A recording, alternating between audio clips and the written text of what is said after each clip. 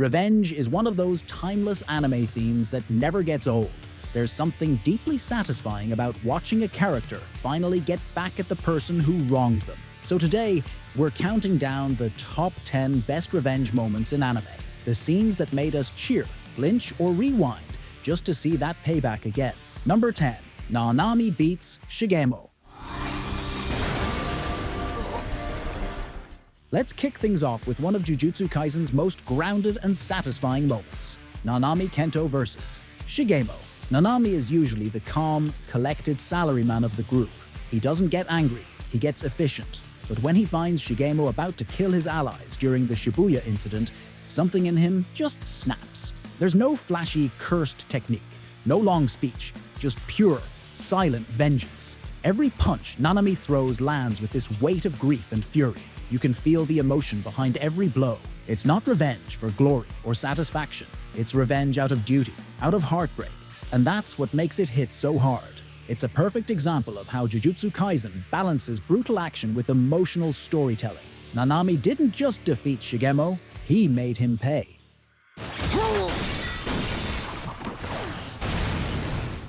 Number 9. Kirito vs. Sugo. If you've ever wanted to see the most deserving villain get completely humiliated, this one's for you. Sugo was one of the most detestable antagonists in Sword Art Online. He literally imprisoned Asuna in Alfheim Online and tormented her while pretending to be a god. But the moment Kirito shows up, everything flips. Kirito doesn't just beat Sugo. He dismantles him mentally and physically. He strips away Sugo's admin powers, forcing him to experience the pain he inflicted on others. And when Kirito delivers that finishing blow, it's not just victory, it's vindication. The scene is so satisfying because it's not about power anymore, it's about justice. Kirito makes him understand what helplessness feels like, and for once, the hero gets the last laugh.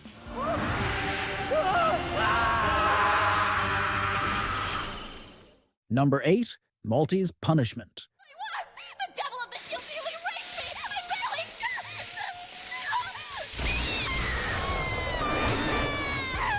Few betrayals hit as hard as Naofumi's did in The Rising of the Shield Hero.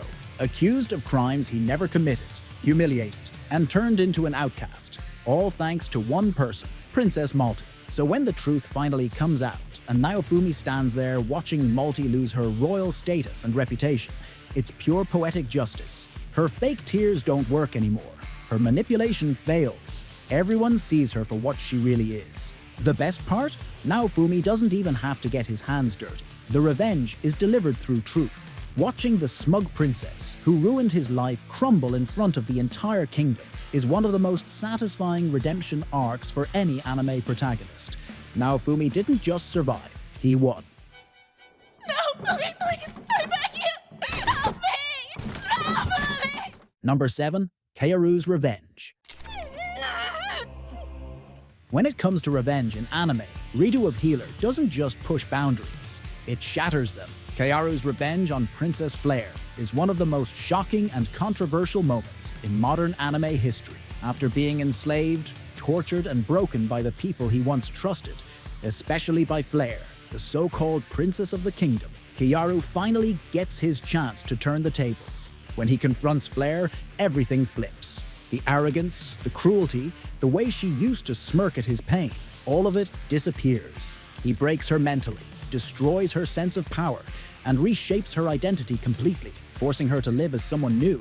It's dark, it's uncomfortable, but it's also one of the most complete acts of revenge anime has ever shown.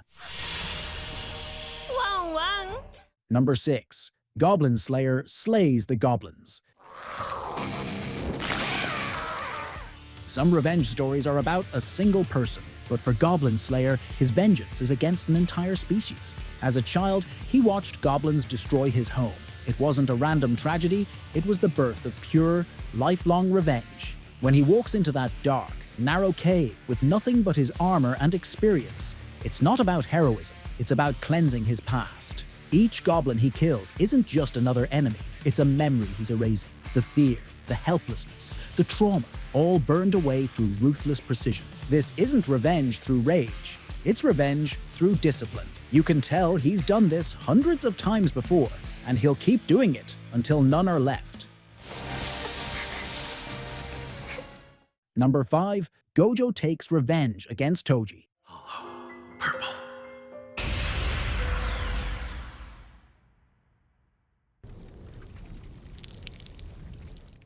Now this one, pure cinematic revenge. Toji Fushiguro killing Riko Amanai broke something in Gojo.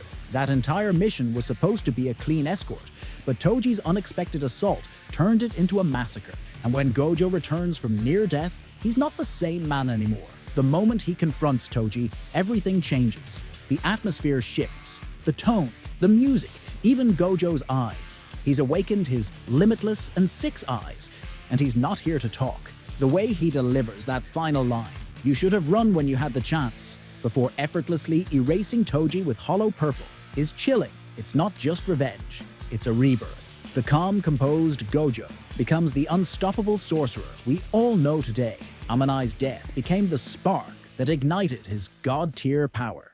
Suguru, should we kill these guys? Number 4. Sasuke vs. Danzo. When it comes to revenge-driven characters, Sasuke Uchiha practically defines the trope, but his fight against Danzo is where all of that rage, pain, and purpose finally converge. Danzo was directly responsible for the Uchiha massacre, manipulating Itachi and using the situation to grab power. So when Sasuke finally faces him, it's not just a fight, it's the embodiment of every grudge he's carried since childhood. The battle itself is intense. Sharingan versus Izanagi, strategy versus hatred. But the moment Danzo tries to take Sasuke down with him, and Sasuke crushes his arm, glaring into his soul, you realize this isn't the same boy from the Leaf Village anymore. It's vengeance made flesh. And when Sasuke finishes it off saying, "This is for my brother," it becomes one of the most cathartic moments in the series. Justice in the most Uchiha way possible. Number 3. Gon beats Neferpitou.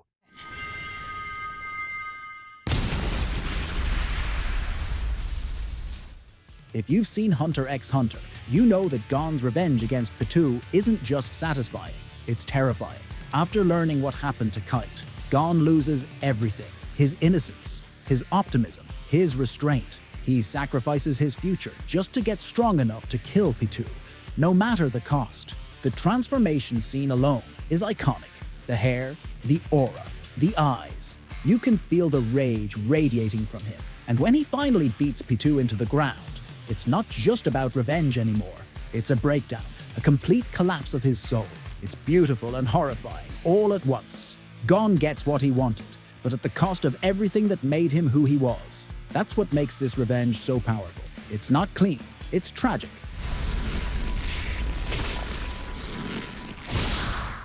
Number 2. Kaneki vs. Jason. I've got you now!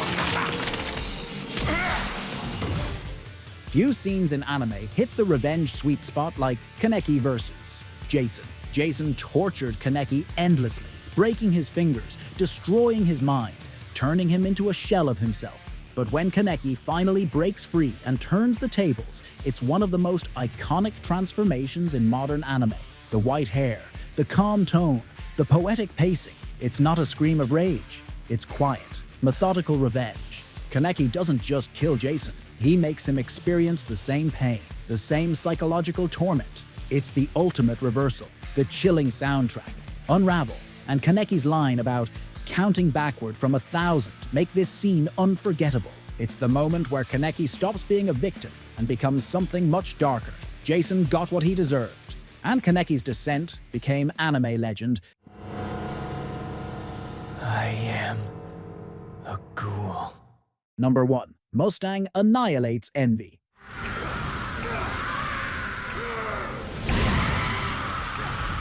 We have one of the most satisfying revenge scenes in anime history. Roy Mustang versus Envy.